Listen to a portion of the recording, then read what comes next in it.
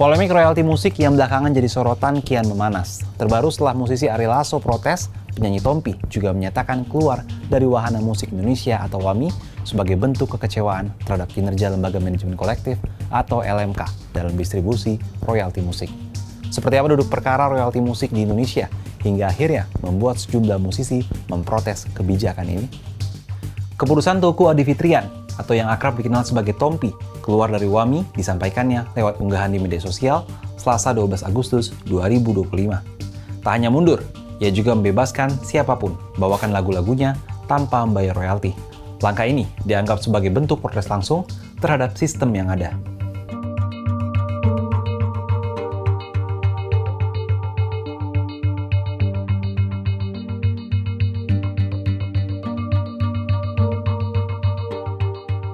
Tompi menyebut kekecewaannya terhadap LMK bukan hal baru. Bersama mendiang Glenn Fredly, ia telah lama mempertanyakan kejelasan perhitungan royalti yang diterima pencipta lagu.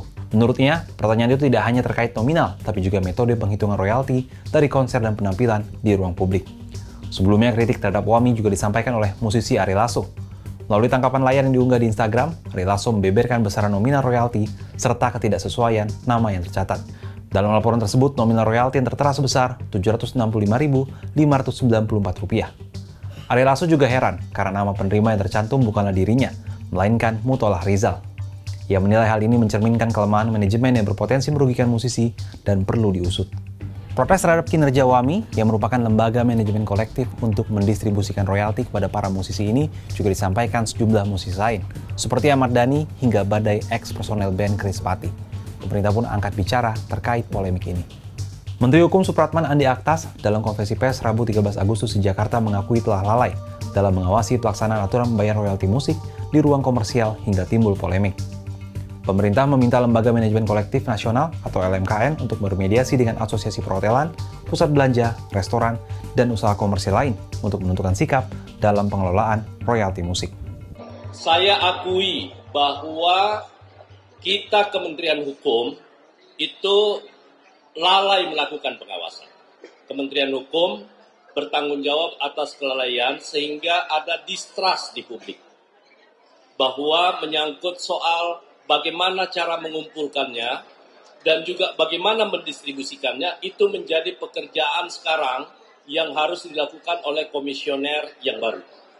Saya tidak akan menandatangani persetujuan besaran tarif dan jenis tarifnya kalau kemudian itu tidak dilakukan secara baik dan terbuka kepada publik untuk diuji.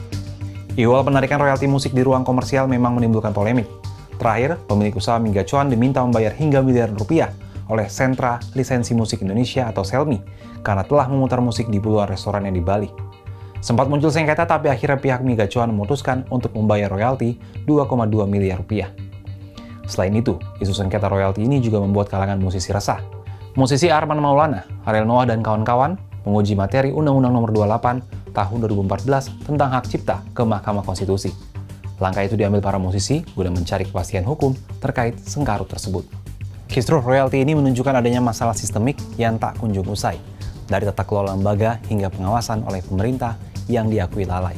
Menurut sahabat Kompas, langkah apa yang harus dilakukan oleh para pemangku kepentingan agar persoalan ini bisa segera diselesaikan?